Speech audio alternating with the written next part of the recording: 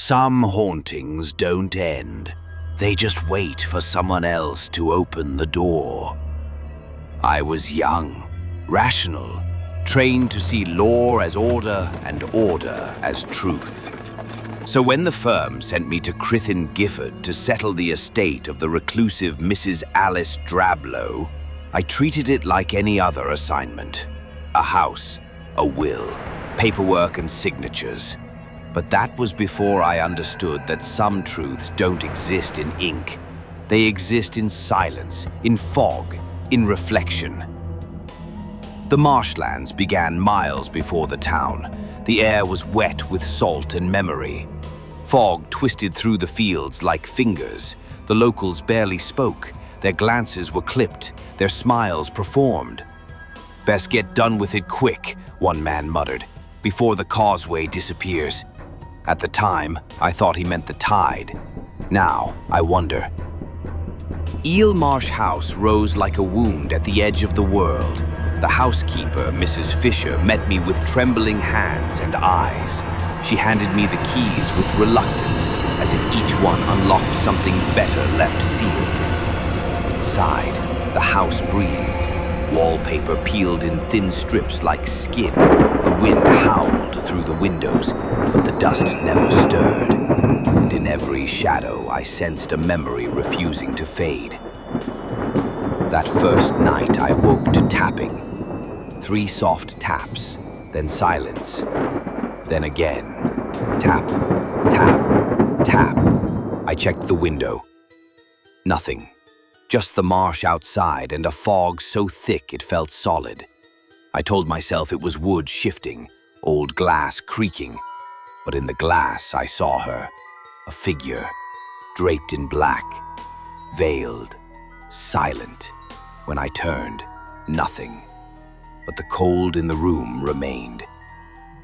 In the study I found a photo, a veiled woman, alone. The way she didn't stare, it was wrong. Her eyes were hidden, but I felt seen, not watched, measured. There was grief in that image, and rage, unfiltered, ancient rage. At Town Hall, the name Drablow caused silence. Only one man, Samuel Daly, would speak to me. He showed me a letter he'd once sent to the firm, a desperate plea. "The house is poisoned," he'd written. "Alice is not alone." Then he told me the story the town refused to speak. The child, the sister, the death, the scream, and the woman in black. Not a ghost. A curse. That night, she came again.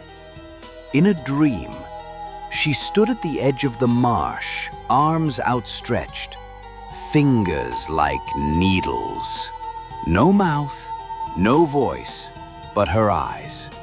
Wept black, and in the wind I heard it. "Bring him back." She wasn't mourning, she was demanding. Mrs. Drablow had a sister. A child was taken, a life lost to the water near the house. The grief never left. It grew limbs, it found form, it became her. She doesn't appear to haunt. She appears to warn. But her warning is a weapon, her sorrow a storm. I returned to Eel Marsh House one final time. I burned the letters, cleared the desk, closed the door. But the curse had already chosen its next breath. What followed, I cannot write. Not here, not fully. All I can say is, when tragedy comes, it comes with fog and silence, and the sound of water retreating too slowly. I survived, but not fully. I wake at night to tapping. Sometimes it's the window, sometimes it's my heart. And in glass, bathroom mirrors, train windows, black puddles, I still see her. She does not age. She does not blink. She only waits. If ever you hear her name, do not ask. If ever you see her face, do not turn around. And if you ever visit Marsh house, never ignore the tapping. She taps to see if you're listening, and if you are, she stays.